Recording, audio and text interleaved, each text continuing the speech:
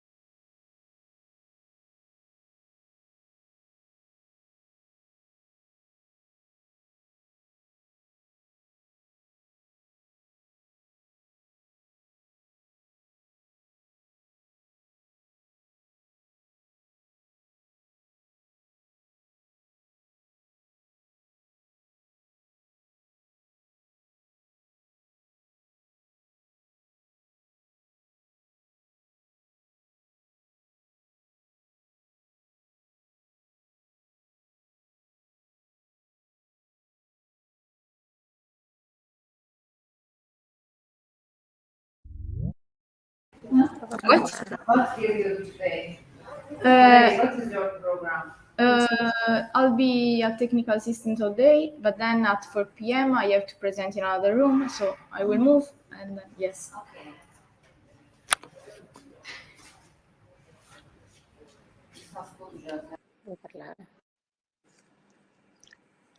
Hello, good morning. Good morning.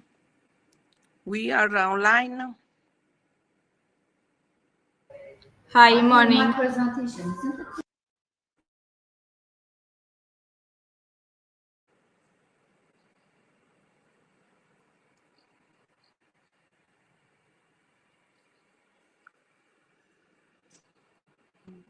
Non funziona la telecamera.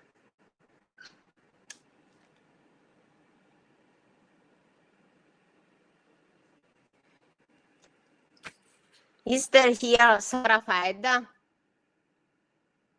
Sarah? Yes. Yes. Sarah, hi. Hi. Do you know why we can see the camera? Do you know why we can't? Sorry. We can't see our image, our camera. We can show us. Don't know why. Let me check if I can do something.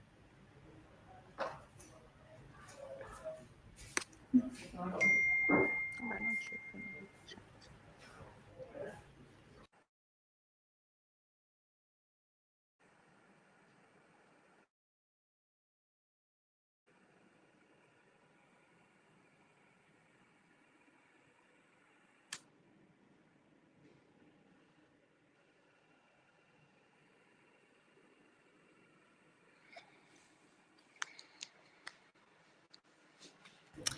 I don't know why.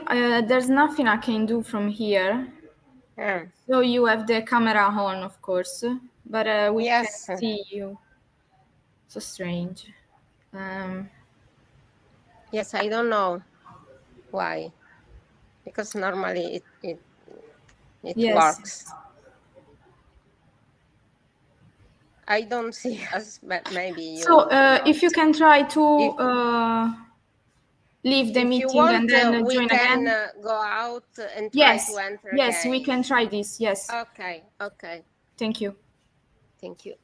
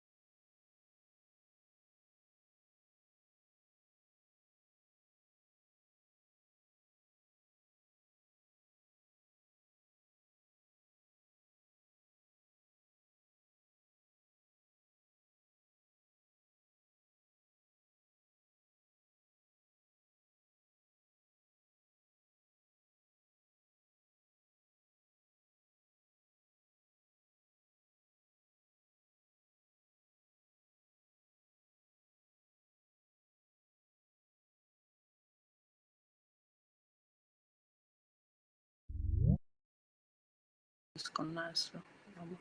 Non ci vede. Ma come mai? Ma dov'è la telecamera? Scusami, è questa. Per ottimizzare la telecamera nella rete wifi. iPhone, che c'entra? Collegala a un cavo. Ma tu hai tolto il wifi? No, non ho tolto niente, non so. Non so perché non ci vede. Si vede qualcosa, ma è tutto grigio. Sì, Però non ci capisco. sentite, eventualmente va bene così. Sì, no, sentiamo bene.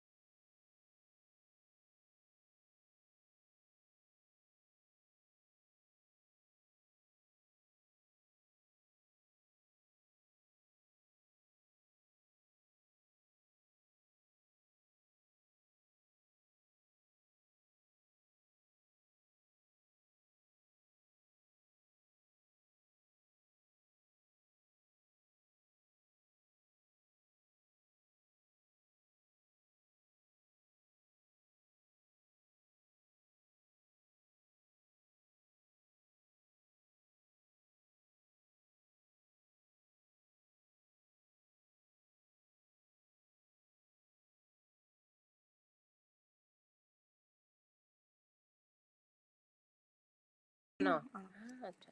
Okay, if it's not a problem for you, let's go on in this way. We are sorry we don't have the camera. I don't know why. And Not a problem. It's okay. Okay. We can hear And you, so it's fine. if you are a whole year, we can start, I suggest. Well, I need to wait. Mhm. So we need to wait just, I think, 5 minutes. Okay. Okay. Sono presenti tutti. There Facciamo la are lista. all the people present here, all the authors: Gelix Caraca, Osvaldo Gervasi, and then Celestina Fazia, Naid Utzman, Cristina Anatoli, Federica Sortino, and Clara So Stella are you the Villaversa. chair? Sorry.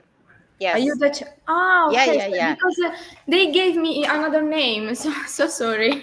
Yes, the chair, Celestina Fazia and Clara Stella Villaversa. Okay, perfect. I have another name, sorry. Okay, Yes, I'm waiting before for was Yelitz. Massimo Grilli. Yeah, yes. I don't know. Yelitz, Yelitz Caraca. she's not And here then yet. Osvaldo I don't know if you Gervasi? want. If you want. Not yet. Okay. And the second one, I think there is Federica Sortino. Yes. And then Alessia Brisdelli. I don't know if she is here. Yes, I'm here. Yes, okay. Good morning. And Chiara Correra. Con un altro contatto, probabilmente. Maybe with another contact she's here. Is there Chiara Correra? Not yet, maybe. Okay. If you want, we can start with the first Gelis Caraca. If not yet arriving, we can start with Federica Sortino. Okay. For me, it's okay. Okay, let's start. Possiamo iniziare? Sì, yes, let's Ci start. presentiamo? Yes. Good morning. Good morning. We are Celestina Fazia and Clara Stella Vicaria Versa. We can start the session work. You have 11 minutes. The presentation will last 20 minutes, including the time to set up the presentation and the questions at the end of the presentation. Okay. The first. Yes, and so the first author we are presented is Federica Sortino with this paper.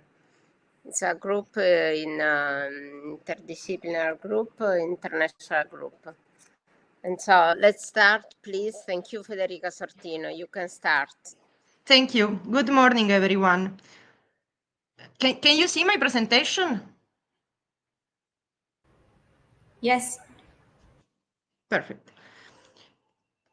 Well, in recent years, the regeneration of abandoned industrial area is getting more important. These places, often neglected, have strong historical value, can be used for new social, cultural, and economic activities. One main goal is to balance the preservation of historical memory with the transformation of this space for new uses. In Europe, a method called adaptive reuse has become more common. It helps protect the identity of the place while giving it new life. Restoring industrial heritage also improves the relationship between the city and landscape, help reduce land consumption, and prevents uncontrolled urban sprawl. Industrial disuse has left many urban voids.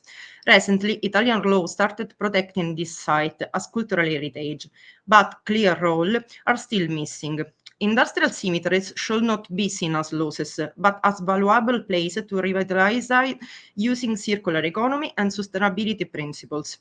Regeneration isn't just about urban planning. It needs public policies, inclusive governance, community involvement, environmental care, and creative economy. A board approach can turn empty space into valuable assets. Many coastal sites are obsolete, but offer a great chance to become cultural and touristic spots. Such full strategies include mixed use reuse, environmental and landscape restoration, industrial tourism that honor history. The methodology adopted for the analysis of the case study is based on an integrated reading of environmental, landscape, historical, and urban planning data. For each site, the following were identified: the degree of environmental vulnerability, the type of territorial context, the function planner or proposed in the redevelopment project, the status of the redevelopment initiative, whether the projects are completed, planned, or interrupted, and the critical factor that shut down or blocked their implementation. The data was organized into a comparative matrix that helps us understand the similarities and difference in the transformation process. The three case studies are the former Puleo factory in Palermo, the Salina Ionica industrial site in Montebello Ionico, and underutilized industrial area of Termini Imerese, also in Palermo metropolitan area. The former Puleo factory is an example of industrial archaeology linked to the urban expansion of Palermo. Beside the identified landscape value of the area, it is a state of neglected, exacerbated by its proximity to a hydrocarbon depot and the absence of the service. The regeneration project, called the Oreto Ficarazzi project, launched in 2004, involved the redevelopment of the coastline, but it was never completed. The former Puleo brick factory, located along Via Messina Marine in the district of Acqua dei Corsari, between Palermo and Ficarazzi, originally occupied a very large area, now greatly reduced. Acqua dei Corsari is a historic seaside village, the first on the road from Messina, characterized by a strong coastal identity. The area is now in advanced state of degradation, but still holds significant historical and landscape importance. The site is located in a border between the urban context of Palermo and the municipalities of Villabate and Ficarazzi, characterized by dense spontaneous urbanization and the presence of the other abandoned industrial archaeology structure. The Salina Ionica industrial area illustrates the weakness of Calabrian industrial policies. The establishment devastated the agricultural landscape without ever going into production. Today, dangerous structure coexist with a protected wetland area. Recent proposals focus on a conversation oriented towards sustainability, but require complex remediation and large investment. The location of the abandoned industrial area of Salina Ioniche show the proximity of the ruin of the former Lichimica industrial plant to the protected wetland and the urbanized area of Salina Ioniche, immediately adjacent to the abandoned area. Its area of influence covers a large area extending across several municipalities, including Reggio Calabria, Montebello Ionico, Motta San Giovanni, and others. This shows that while it's now abandoned, the industrial area still plays a strategic role in the region, influencing a larger urban area. The case of Termini Imerese show the evolution of industrial crisis management in disorganized way. Following the closure of many industrial plants, the area is now the subject of a program agreement with the Ministry of Economic Development and the Sicilian regional government to revitalize the port infrastructure of the city, but significant environmental and social problems remain. The image shows the area of influence of industrial site of Termini Imerese, located along the northern coast of Sicily. The map shows the production area that are still active and those that have been decommissioned.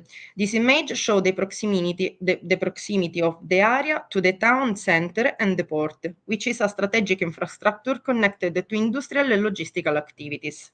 The image shows the role of Termini Imerese industrial area as a strategic hub for the production system in northern Sicily. The critical uses resulting from the partial abandoned are evident, like the need for planned regeneration of the site. The sites are located in adjacent area of southern Italy, allowing for the observation of a coherent area from a socioeconomic and infrastructural point of view.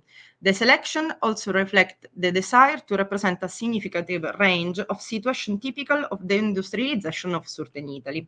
We see the risk of degradation of the historical and landscape heritage, as shown by the case of Palermo, the environmental impact and effect of failure of large energy project, as in the case of Saline Ioniche, or however cases of partial decommission with difficulty in conversion, as in the case of Termini Imerese. This variety provide an opportunity to compare different approach to redevelopment, offering idea for the construction of adaptive strategies that can respond to the specific characteristics of each location. The best international example focus on adaptive reuse, functional hybridization and sustainability. Architectural projects like Tate Modern and Battersea demonstrate that existing building can become icon of identity and urban catalysis. There are also many examples in Italy, like the Tonnaro Favignana, which has been transformed into an interactive museum. The deterioration of abandoned industrial site analysis highlight the need to launch regeneration projects that don't eliminate our history, but reinterpret it as element of identity and symbol of regeneration. A prime example is the chimney of Saline Ioniche, now seen by some as a symbol of failure, but which could become a regeneration landmark, similar to international example. Thank you for your attention. Interesting. Thank you, Sortino, for your interesting contribution. Are there any questions? No? No? Okay. Thank you very much, Federica Sortino. And if you want to add something, we are here. If there is any questions, or we can go on with the other one. The list. Is there Jelix Caraca? Caraca is here? Not yet. Not yet. Caraca. Alessia Brisdelli. The next presentation is by Alessia Brisdelli. Hi. Good morning, everyone. Good morning, Alessia. Good morning. Thank you. And if you want, you can start. Yes. Just one moment. Yes. Okay.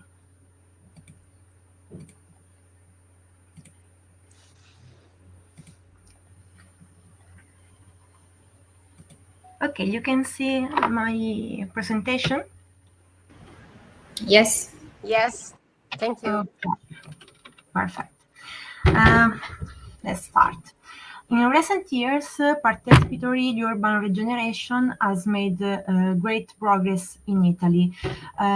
Today is not just about fixing physical spaces, but about transforming neighborhoods and strengthening the connection between citizen, institution, and local association. More and more, these groups are working together to design and manage public spaces. But not all cities are the same. It's important to understand the difference between the model used in small and medium-sized towns, where social bonds are often stronger. And then the one used in big cities, which face more complex are layered challenges. Today, cities are facing serious issues, climate change, inequality, and housing difficulties. In this context, participation is not optional, but it's a necessary condition to build a fairer, more inclusive, and more resilient city. In recent years, Italy has become a real civic laboratory. participation is true social, and participation is true social innovation. But to make a real impact, it must be replicable. How can we transfer a successful project from one place to another without losing its meaning? To explore these, I want to share two very different examples with the same goal. San Nicolò a Tordino, a small town in Abruzzo, and Milan, a large metropolitan city. After the earthquakes in 29 and 2016, this small town changed quickly from a rural village to a residential area. During this transformation, a big need emerged to need for places for community, culture, and social life. A symbol of this change is the former Carlo Febbo School, badly damaged by the earthquake. And in 2022, 10 local associations come together to bring it back to life. They created a cafe, a multicultural, educational, and social center. This project is part of the Teramo Città Capoluogo, a program and funded by Italy's National Recovery and Resilience Plan, PNRR. It combines architecture with social and cultural value. The real breakthrough was when the municipality adopted the Collaboration Pact, and a tool that allows citizens and the administration to manage public space together. It was a bottom-up approach that came before national policies.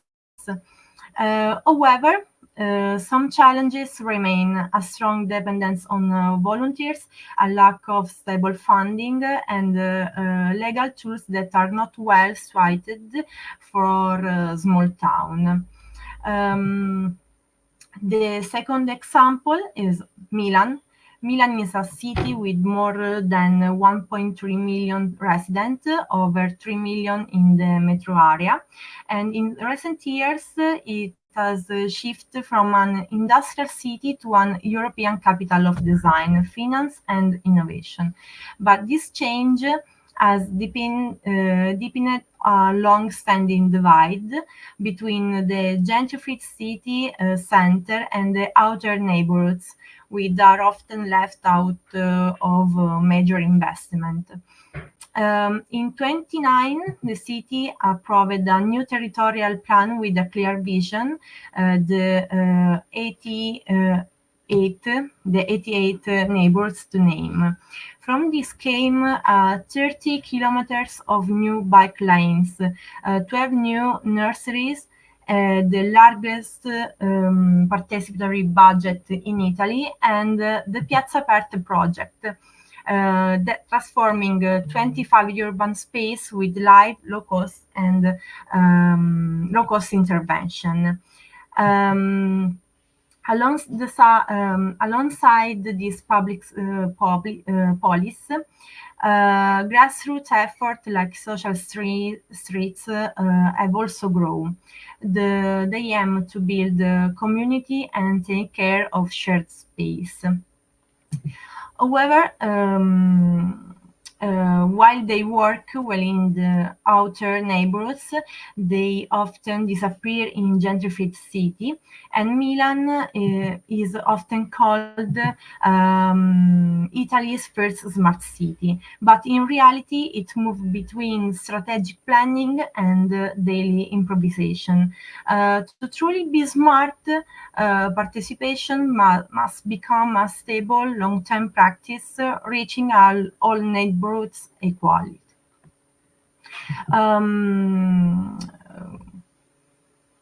The comparison between San Nicolò and Milan showed that participatory regeneration is not a fixed formula.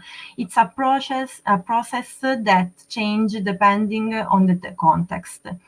Every city has its own story, resources, and limits. In San Niccolò, even a single symbolic project like the transformation of the Carlo Febo into a cafe can have a huge impact.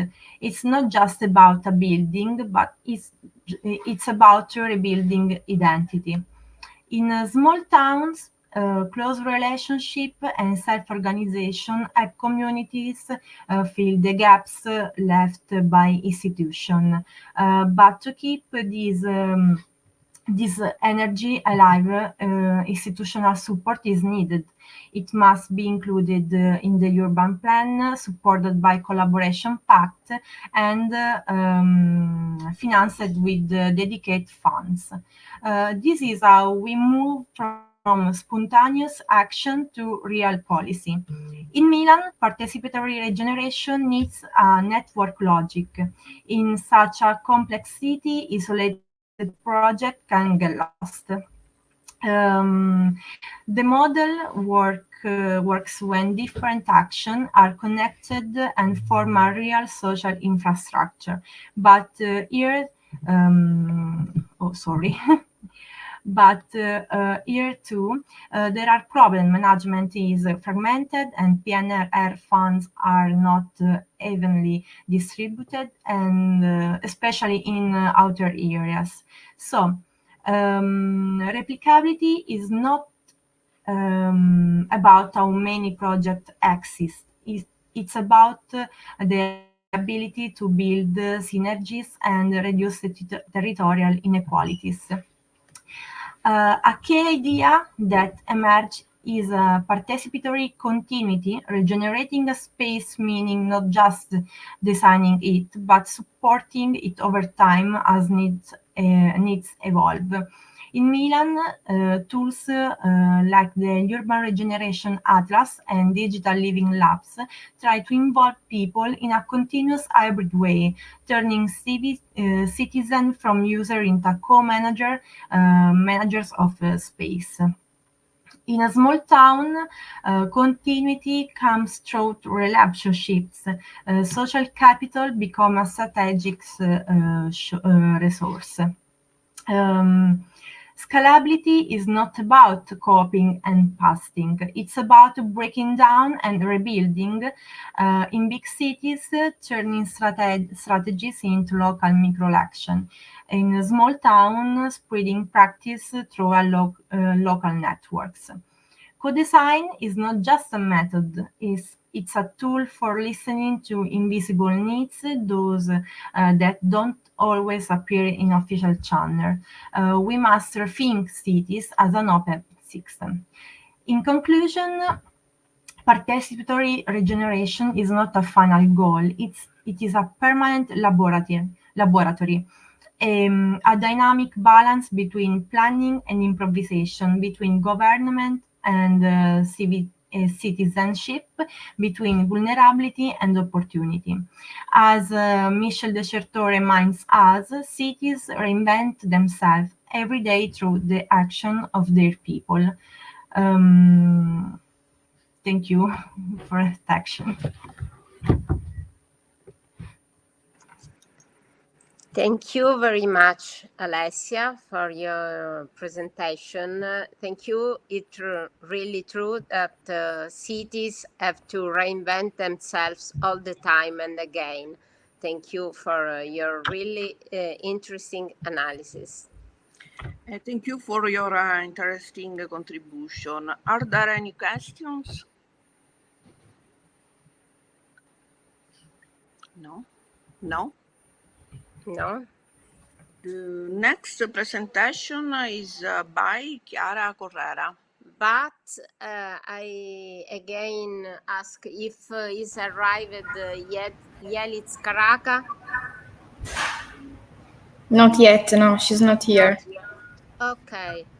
And so if here Chiara Correra.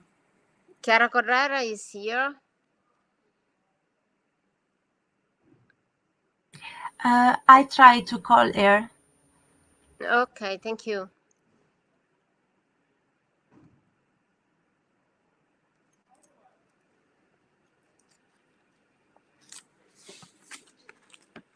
I will go look for Yelis Caraca because I think she's in the university, but she's not in the room yet.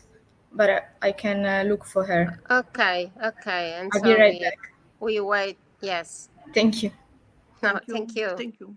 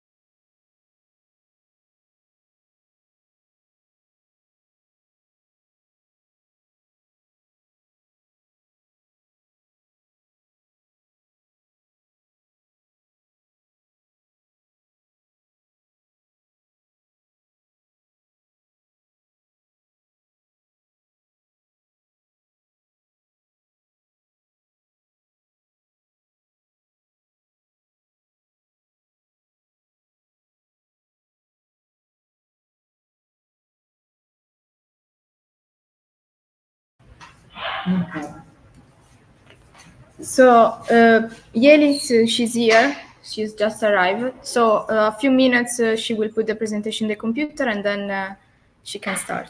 Okay. Thank you very much, Sara. Thank you. Thank you.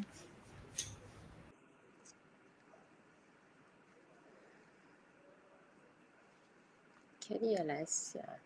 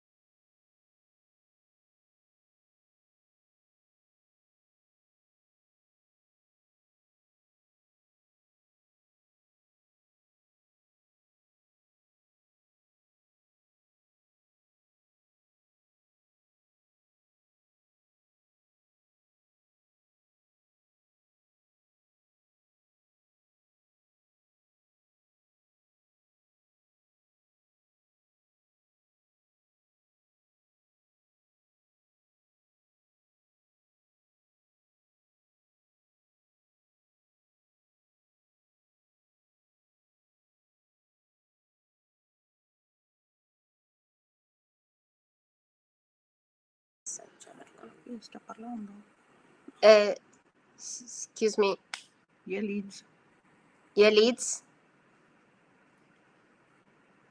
Do you hear us? We can't hear you. Yes, I Okay, muted okay. the. Now it's okay. Okay. Hi, Hi, good morning. good morning. How are you? Fine. How are you? I'm fine, thank you. Okay. Yes. Okay. So do I share from here? Well, let's try this. Otherwise, it's not right. Sì, sì. È pronta? Okay. I think it's. Oh, okay. And then we see the. Okay, No, it's okay. It's fine. No, it's not fine. It's not fine. Okay, so Okay. let's do Thank this. you. Let's Yeliz try again. Caraca. Yes. Yes. Yes. Thank you. Wait. Duplicate. Okay. It's okay. Yes. It's okay. Okay. Esteemed participants, I welcome you to our presentation with respect. I am Iris Karaca from University of Massachusetts, Chen Medical School, USA. Today, I would like to present our study entitled Data-Driven Time Series Modeling with Hurst Exponent for Nonlinear Indexes Forecasting by Artificial Neural Networks. The main point I would like to cover in my presentation is that when the mathematical models established with high accuracy rates are integrated with advanced technologies, they can yield optimal results, which in turn serves human lives, having facilitating roles in different aspects of our lives. Following this beginning note, We cannot see the presentation online. why? I don't know. Sorry, we have some problems. We forgot to share. Why? I don't know. Maybe he lost the.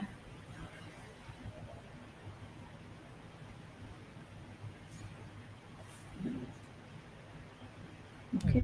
Right? No. No, yes, yes. No, yes. Like this. Okay. Okay. Good job. Okay. And following this beginning note, I would like to share the brief outline my presentation today. First of all, I am planning to make the introduction with mathematical modeling, data-driven time series with Hurst exponent and ANN. Next, we will focus on materials and methods, including the nonlinear dynamics, time series data, Hurst exponent, and feed-forward backpropagation algorithm. The subsequent part is the experimental results, and the final section is the conclusion, outcomes, and future direction. As we start, we can note that neural networks reveal the benefits of requiring less formal statistical training, owing to their capability of detecting complex nonlinear relationships between dependent and independent variables implicitly. While artificial intelligence techniques enable the number of applications, machine learning, artificial neural networks, and deep learning show their upper hands in forecasting and prediction processes involved in various domains, including the analysis concerning financial index, amongst other ones. Financial index makes up the main subject of this study. Besides these, advances and applications time series models based on financial data expressed by financial theories may form as a basis for forecasting a series of data. These techniques provide solutions and real-world complex problems and local and global scale, as well as the entire volume of the samples being handled.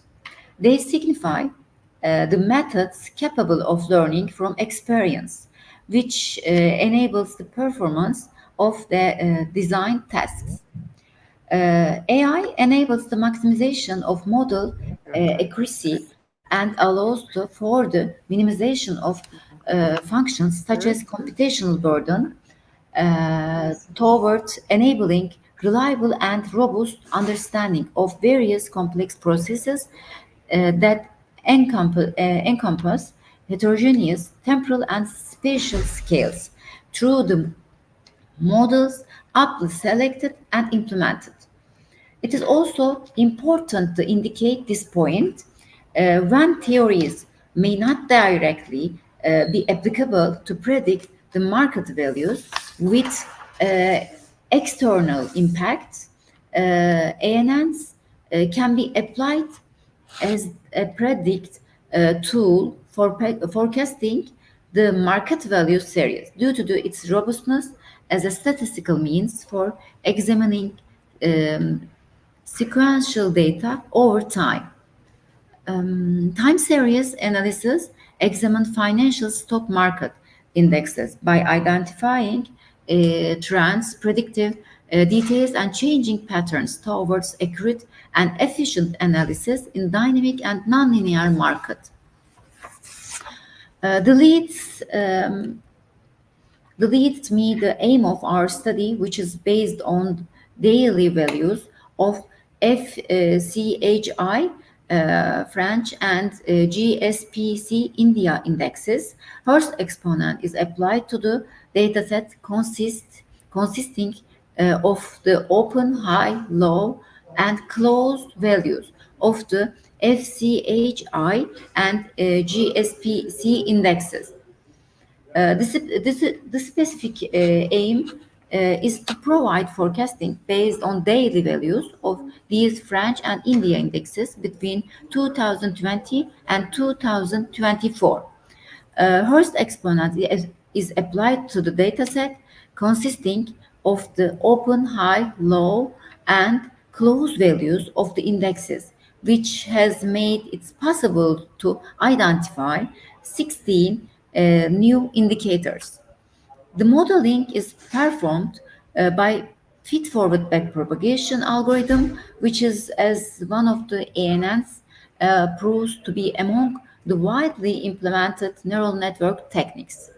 The forecasting accuracy obtained from the modeling of the index value based on the past daily close attributes of 20 days is compared between respect to mean square error, whose result has validated the forecasting of indexes, showing the importance of Hurst exponent method. To give more details on this part, modeling for the purpose of the study is carried out by feed-forward backpropagation algorithm, which is among the ANNs. The forecasting accuracy obtained from the modeling of the index values based on the past daily close attributes of 20 days is compared with respect to mean square error and the results of validated the forecasting indexes. Overall, the approach implemented in the study is intended to a new mode of scheme and implementation tactics is an extended from the reveal in the interaction between the time series analysis, predictive modeling, and indices.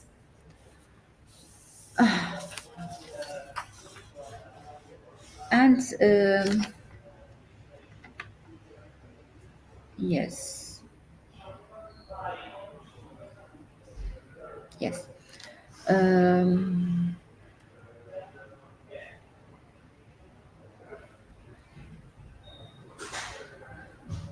okay. To nonlinear dynamics time series data, we know to achieve these aims, we can focus on the materials and methods used at this stage. We can start with the material of the current study first. Nonlinear dynamic time series data depict the sequences of observations in which the relationship between variables changes in a complex and nonlinear manner over time. When compared with linear time series, non-linear time series, nonlinear dynamic time series data have the capability of capturing nuance, details, and behaviors observed in real-world phenomena, one of which is those in financial markets. The aim in the end is to reveal underlying patterns and predict future outcomes with higher accuracy levels. The dataset of the current study involves the daily values of FCHI and CSPC indexes based on the close levels at American dollar as the current between April 2, 2020 and December 29, 2024. The dataset belonging to the stock has been retrieved from the web address of the World Bank. As you can see kindly, Table 1 provides the information on the nonlinear dynamics time series data including indices, parameters, and the dataset size. And accordingly, figure 1 shown in the slide, the follow chart concerning the application of Hurst exponent to the financial time series on the financial time series index dataset. Concerning the time period of the material, the indexes belongs to the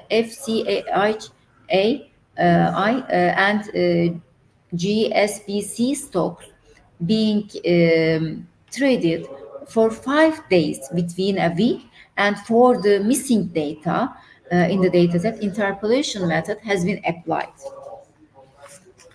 And the part is related to methods of our study, as the steps Hurst exponent is initially applied to the daily values open, high, low, and close, and indexes value as the following steps. The data sets with more attributes consisting of the daily values are split into training dataset and test datasets for forecasting the indexes. The forecasting accuracy of the index values, modeling based on the daily close values of 20 days is compared by a mean square error. Lastly, modeling through the feed-forward backpropagation algorithm application to the new dataset generated, and the indices enables the comparison and performing of forecasting with regard to these indexes. And to get into more details of methods used, first I would like to talk about the Hurst exponent. The Hurst exponent refers to the index of dependence or index of long range dependence, quantifies the relative tendency of a time series. Hurst exponent H is defined with respect to the asymptotic behavior of the rescaled range as a function of the time span of a time series. For a time series, x equals to x1, x2, up to xn, RS analysis method steps are provided with these steps. Step 1 shows that mean of m values is calculated according to equation 1. Next, step 2 has the z time series calculated based on equation 2. Step 3 shows the cumulative deviation of the z calculated according to the equation 3. And step 4 shows that the range series is calculated based on equation 4.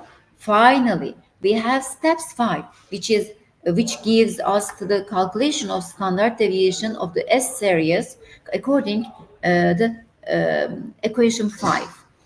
And given these, Hurst exponent is employed for evaluating long-term correlation memory and classifying the time series.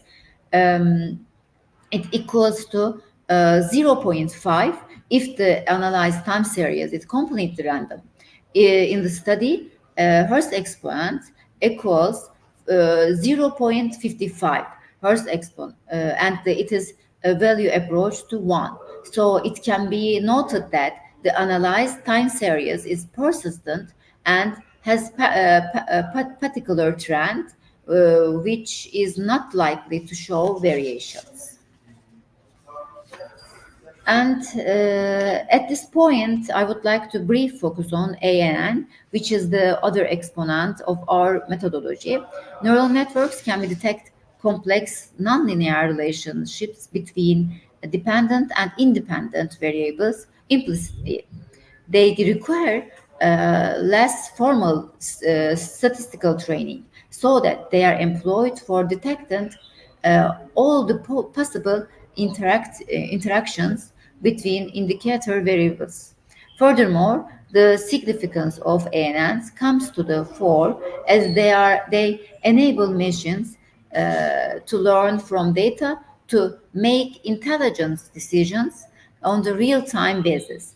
The capability of ANNs makes them applicable for the solution of problems with changing data while allowing for making the required adjustments as new variables and developments emerge. This adaptability is important in data-driven modeling strategies and methods, providing robustness in accuracy through a variety of nonlinear time series models. The third the third component of the methodology is the feed-forward backpropagation algorithm. It has the aim of learning and mapping relationships between input and output with the learning rule employed to adjust the system's weight values and threshold values to attain the minimum error. It is also used to convey the complex relationships between the input and output values in a network set, with each node or neuron having a value determined by the input received from the other units of the network system. Feed-forward backpropagation algorithm shows further benefit when compared with conventional method, considering the error percentage renders the program to extend on other different of field data. In this way, each unit in the middle and output layers has a transfer function that transfers the signals it receives. The input layer units do not have a transfer function, but they are used to distribute input signals to network. In addition to this, each connection has a numerical weight which modifies the signals that pass through it. A three-layer feed-forward network with a single output unit, K middle layer units, and N input units is provided in figure 2, which you can see on this slide. The figure is general structure of the feed-forward backpropagation algorithm. At this point, let's have a look at the details of the mathematical application steps of this part. The input layer can be represented by a vector x equals x1, x2, up to xn. The hidden layer can be represented by a vector m equals m1, m2, up to mn, and y is the output. Any middle layer units receives the weighted sum of all inputs and a bias terms denoted by x0, x0 always equals 1, and produce an output signal. In equation 6, f refers to the transfer function. Xi is the its input signal, and beta ij denotes the weight of the connection from the it input unit, the hidden layer unit. In the same way, the output unit receives the weighted from some of the output signals of middle layer units and produce a signal. Equation 7 shows the relevant denotation.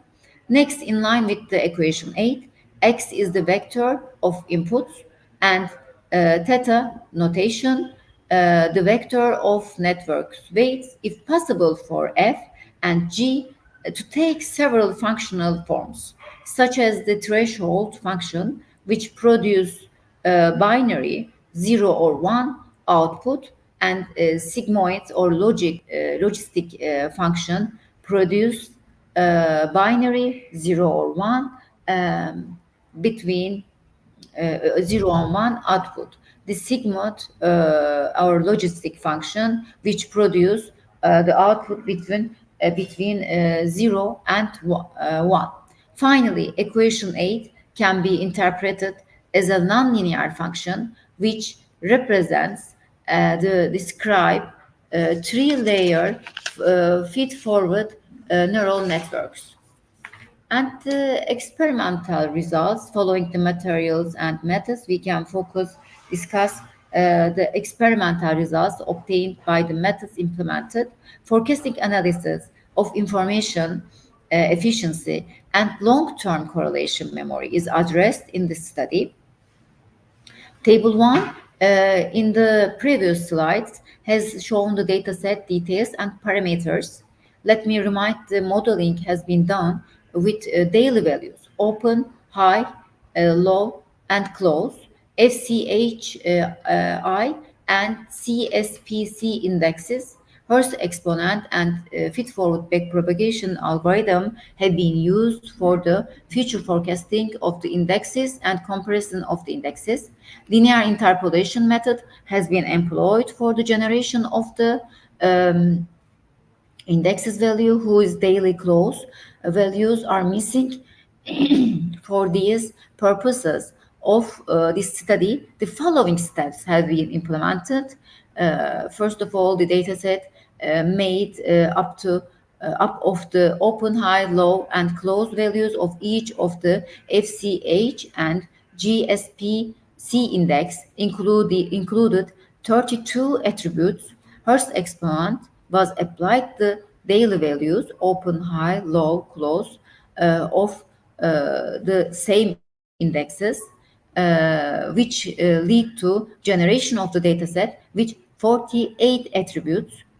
The attributes with 48 attributes consisting of the both indexes daily values was split into the training dataset and test dataset with 75% and 25% respectively for the indexes forecasting purposes.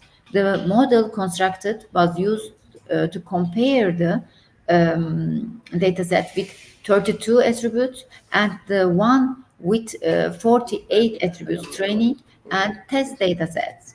The forecasting accuracy of indexes values. Yes, please. No, thank you. You have only 1 minute, please. Oh, okay. Okay, thank you very much. As the additional note, all the computations and figures related analysis we were conducted MATLAB for the study, and figure 3 depict flowchart the proposed time series financial data set. And in the meantime, I can show our experimental results. Yes, but we have not enough time. We can go. Yeah, following the experimental results, we can briefly deal with conclusion, discussion, and future direction for research concerning our study. And let me first note that predictive modeling that builds on time series analysis, including the use of past data for the forecasting of future outcomes. This stage aims to make informed decisions with high level accuracy. And yes, and we can Norway. Okay, based on these aspects, as the futures, we can recommend that the models constructed can be evaluated based on the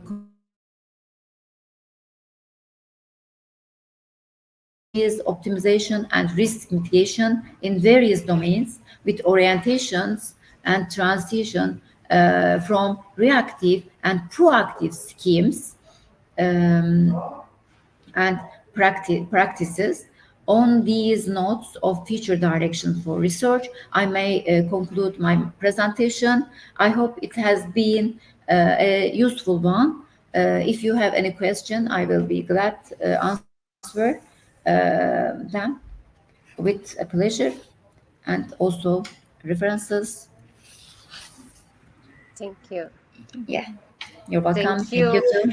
Thank you very much, Yeliz. Thank you for your contribution. And if are there any questions? No, it's okay. No.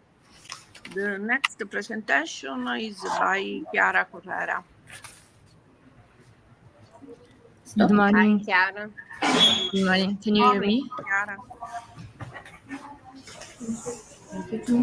Can you hear me correctly? Yes. Perfect. Thank you. Okay, this solved all problems. I will share my. Do you know? What is the problem? No. What's the problem? Computer. Okay, 1 second. Okay. Can you see my screen? Yes. Yes. Perfect. Okay. Good morning. My name is Chiara Correra. I'm a PhD in landscape and environment at Sapienza of Rome, University Sapienza of Rome, but currently I'm in Salzburg for a project. Today I will present my article based on a strategic and interdisciplinary study on the feasibility of slow tourism as a framework to enhance mobility integration, landscape regeneration, and cultural heritage valorization, focused on coastal inland context. The study originates from the growing concern about environmental negativity and social impacts on the car-based mass tourism that is slowly increasing, and explores how non-motorized and soft mobility, such as cycling, walking, hiking, can revitalize fragile and underutilized territories. My study starts from the question: how can slow tourism act as an infrastructural and cultural bridge between coastal and inland areas, enabling regeneration while also preserving identity and biodiversity? So how can we create a slow tourism path that can protect nature and also all the environmental question, but also the cultural and historical framework that we have in our countries all over Europe, but especially in Italy, where I studied and is my territory. From the start of the project, another question is what is slow tourism? How can we define it? Slow tourism can be defined by what it does on the environment. So it emphasizes experiential immersion in landscape and heritage. It can create a regenerative approach to land use, and also an integration of ecosystem as defined also in the Geo Handbook of Biodiversity. That is one of my reference. And slow tourism not only has a really important impact right now on the society and also on the tourism side, but also it has really historical precedents, such as in the Italian routes, for the transhuman routes, that is also UNESCO intangible heritage. Also, the ancient pilgrimage trails that right now is so it's so actual, because also for the Jubilee, we have the increasing of people that does long pilgrimage trails all over the world, not only Europe or America, but also all over the world, and seasonal rural migration patterns. So slow tourism is not a periodical phenomenon, but it's a historical theme of society. And often we don't know it. Also, we don't know it, the important aspect of the connection of slow tourism. In fact, we can connect through these activities like the long walks, inland underutilized areas, and coastal overvisited areas. So to connect a bond between over-tourism and slow underused areas. Soft mobility routes create also ecological and cultural links, and river comes pattern landscape can create a natural connector, can be a natural connector. So the landscape should be, in my research, after all my research, I think that landscape is not just a background for the people who visit some places, but it must be a protagonist of this.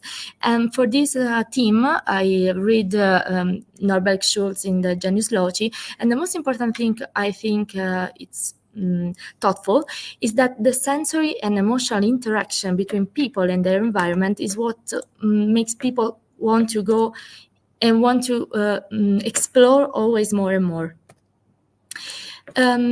I started to understand, to analyze some case studies to understand better what is slow tourism, how can we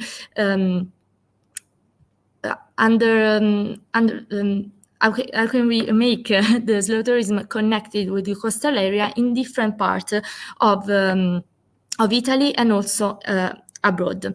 I started from a case study in Italy, the regional nature park on the coastal dunes from Torre Canne to Torre San Leonardo in a protected natural area located in the northern part of the Salento area in Apulia, in the territory of Ostuni and Fasano, both under the jurisdiction of Brindisi. This park was created with the regional law of 27th of October 2006, number 31. It covers 1,100 hectares. It includes also a Natura 2000 site, so a protected European site that is called Littoral Brindisino. This is a really fragile area, but people wanted to connect this fragile area with the possibility to know this area. So they wanted to create some zone where dunes were the protagonists. This demonstrates how coastal dune ecology can support soft mobility, not going against it. Also, the Italian Institute INSPRA highlights the fragility of high ecological value of dune system in a study of 2023. And this kind of approach of the project integrates also olive groves, hypogean oil mills, and traditional irrigation system. The second case I studied is the Omnis project between Italy and Croatia. This kind of project is connected with the program Interreg between these two nations and was launched in 2023. It is a map of 120 kilometers of mapped trails with 18 municipalities involved, and as we can see from the data, we had a really high support from tourists. And also this kind of project made really clear the target of the tourists. In fact, it was really promoted by visually impaired tourists and pet owners. So also this project is not only a new way to discover territory, but also to create a target for tourism, so a specialized tourism, we can say. And the key goals were to promote accessible tourism for everyone, but with a special eye for some kind of people, reduce coastal over-tourism, that is really, really important, and create a scalable model for marginal regions. The third one that was a really interesting project from my point of view is the Bike Marecchia route from Rimini to Nova Feltria. The second route goes from Rimini to Nova Feltria in Emilia-Romagna in the north part of this region in Italy. This is the most popular route in the south part, of this region. This is the most popular route with the bikers in the Romagna Riviera because it not only connects the Riviera to other regions like Marche and Tuscany, but it also creates another kind of tourism that is parallel to the commercial one in the Riviera. The Marecchia River is a natural thorn and identifies the wonderful regional territory that joins Rimini to Tuscany and Marche and becomes an opportunity to pursue a new social and cultural cohesion between territories and have only recently found themselves sharing a common path. Following the annexation in 2009 of 7 municipalities formerly belonging to the Marche and the constitution of a single valley union of 10 municipalities. This is like a spin-off of 2 participatory paths already underway, that is the strategic plan of the Marecchia Valley and the Marecchia River Contract that created the Bike Marecchia Association. This kind of project intends to experiment a shared planning on the theme of soft mobility that is also pedestrian and bicycle and connect to the river. Its function is to better maintain and use the river, not only as a wonderful natural element, but as a consistent ecological element in function of a consistent development of sustainable tourism in this important inland area.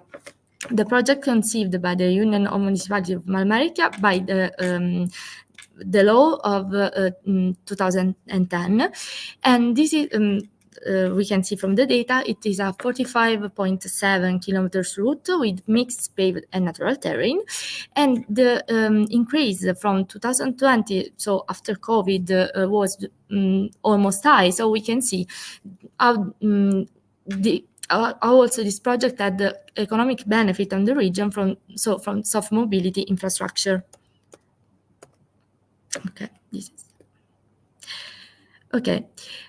Another question I worked on is how to study this kind of team, how to increase also the technical way to study the strategic connection with slow mobility through coastal and inner area. The study employs a qualitative case-based methodology with GIS analysis on potential ecological corridors and the document review of strategic plans such as Natura 2000 Life Zone for CP and assessment of ecosystem services using environmental valuation models like Jake et al. 2018. Through this analysis, I could see how ecosystem services can be categorized. So with the words provisioning, for example, agriculture support, regulating, so flood mitigation through wetlands or area with a lot of vegetation and also of biodiversity of this vegetation, and cultural services. They are the most important because, as we can see in the map, one of the most important things of slow tourism is the connection with all the not known areas that are really important for cultural reason, historical reason, natural reason. For example, the Olde Gargano area that is really connected for the mass tourism, over tourism, but really few connected with all the inner villages that are in the area. So this kind of strategies can be applied not only in Italy, so from the specialized side, the small side, it can be applied also to bigger sites such as the EUK strategies.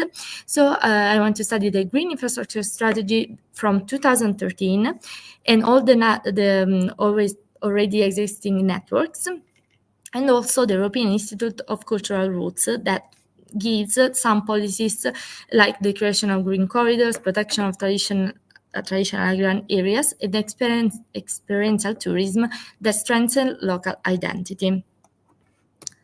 One of the most famous examples of the European routes is the Via Francigena that goes from Canterbury to Roma and now is extending to Santa Maria di Leuca, that creates this kind of connection over really different areas. We can see it's like a sword on the Europe. In fact, I reported also the sword of San Michael that is metaphorically collecting all these cultural areas, cultural monastery on this sword that cut the territory. And this kind of infrastructure is really important because from really long centuries, it connects for religious purposes, obviously, connects really long territory. So the integration between this kind of experience with the knowledge of territory could be a really important strategy. Also for all over Europe, not only Italy, there is the territory of the study. This is a focus on how the Francigena works and how it's connected also with transhumance, because we can see here there is a superposition between Tratturo trails and the Francigena trails. Another important date is that we can see it can be done by also by horse, and it's really a curious date, but also important date because it says to us that it has tradition, so we don't have to change it. We can maintain it through the slow tourism that connects exactly inner area with the coastal area. So to think about it just for a moment for the transhumance part, the arrival of transhumance paths, such as, for example, the Regio Tratturo Pescassero di Candela or the Tratturo Magno, provides not only physical routes, but narrative and cultural continuity, as I was said before. In the 1016 and 2018, approximately 6 million ships moved annually from Abruzzo to Puglia, contributing up to a third of the kingdom's budget. The routes offer deep tourism possibility. It offers stories, ritual, gastronomy, culture, and ecological learning. Though we have to consider the eventual issues and risk of this kind of projects, with the while the model is promising, in my research, I want to show also the key risk, that is green gentrification displacing residents, because if we create like so many paths, it can be also displacing for the residents. So we have to also consider the presence of people that lives there. Is not tourist that goes away in few days, but people who wants to live, enjoy the territory. Conflicts over land use, for example, the lack of agricultural site over tourism sites, unstable funding for soft infrastructure. This is a really hot theme, because slow infrastructure needs maintenance, needs signals, and needs protection, and also climate pressures impacting seasonal travel viability. So also slow mobility, as in my research I showed, needs to have some alternatives, some routes that are for summer, for example, some routes for winter, so seasonality in the projects. Enhance multi-level governance and predictive spatial planning are essential. So for imagine all these routes connected between coastal and inland areas, we have to understand the importance of govern it, to have the control and the a clear planification of all this. To conclude, I want to show that slow tourism is not merely a nice trend, but a strategic regenerative tool for sustainable mobility, resilient land use, and cultural and ecological heritage preservation.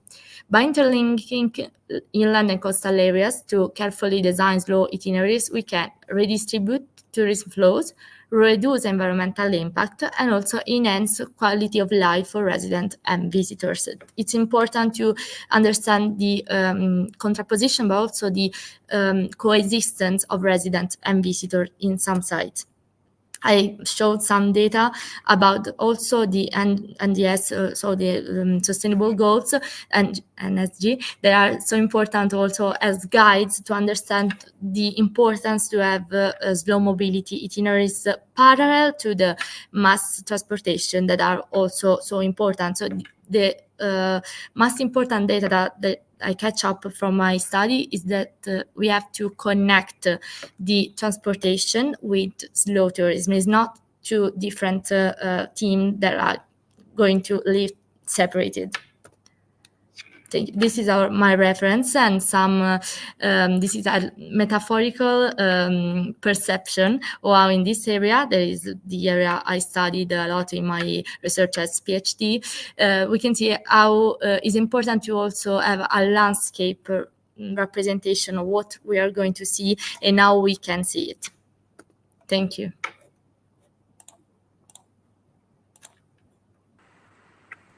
Thank you, Thank Chiara. you very much, Chiara. Okay. Thank you for your presentation. If there are any questions, I'm here. Yes, are there any questions? No? No, it's okay. Thank you very much. Thank Very you, thank you. interesting your contribution. Thank you. And Okay. so thank you The for session. to everything. Okay. And so if there aren't any questions or other suggestion, we can thanks everything and okay, and can stop the presentation. Can thanks everything. Thanks, Sarah, for your supporting. Thank you. Thank you so And much. we see tomorrow with another presentation. And so Perfect. thank you so much to everything. Thank you. Thank you. Thank you all. Bye. Sara, chiedo, Yes. possiamo fermarci un attimo? Noi dobbiamo procedere con la valutazione? Io non vi sento, scusate. Ci Dov'è? senti? Sì, Ok, Sara. ora meglio. Sì, ora meglio. La valutazione la dobbiamo fare adesso prima di chiudere Sì, la dovete fare adesso. Avete già il link, se no ve lo mando. Se ce lo mandi su, aspetta. Sì, l'avevamo scaricato, ma se ce lo puoi mandare, forse facciamo Ok. prima.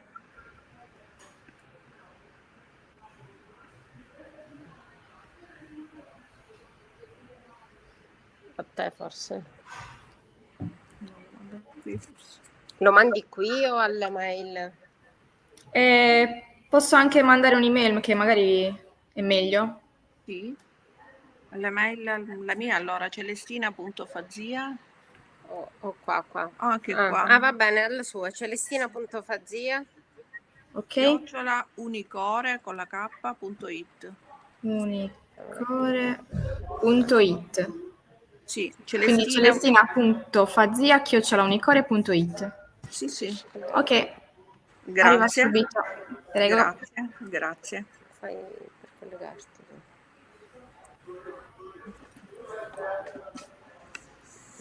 Da qua mi collego.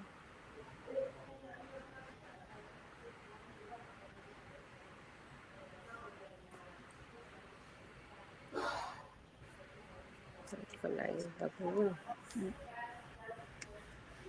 Non clicca. Cosa, Unicore? No, devi fare da qui da Gmail. No, da qui. È però una... Ecco qui Gmail. Ok. Devo Gmail. Sì, è Gmail. Però questa è la mia. Ti devi disconnettere. Ma poi aggiungere account. Aggiungere account. Mandata adesso. Grazie. Prego.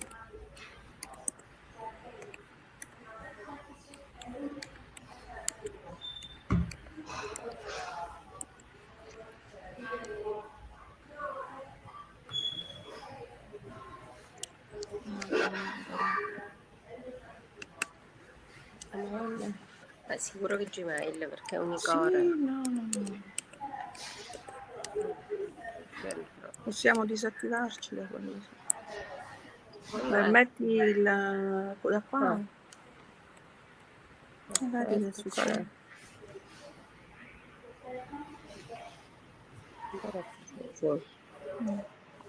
Ricevuta? Cristina, un attimo, stiamo provando. Ok. Grazie. Sì, avanti.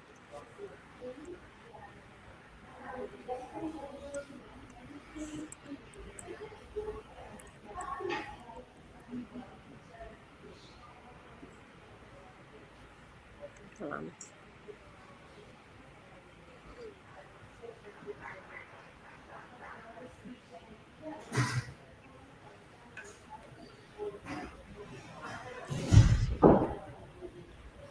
Non so se ti chiedere. Fa schifo, nulla.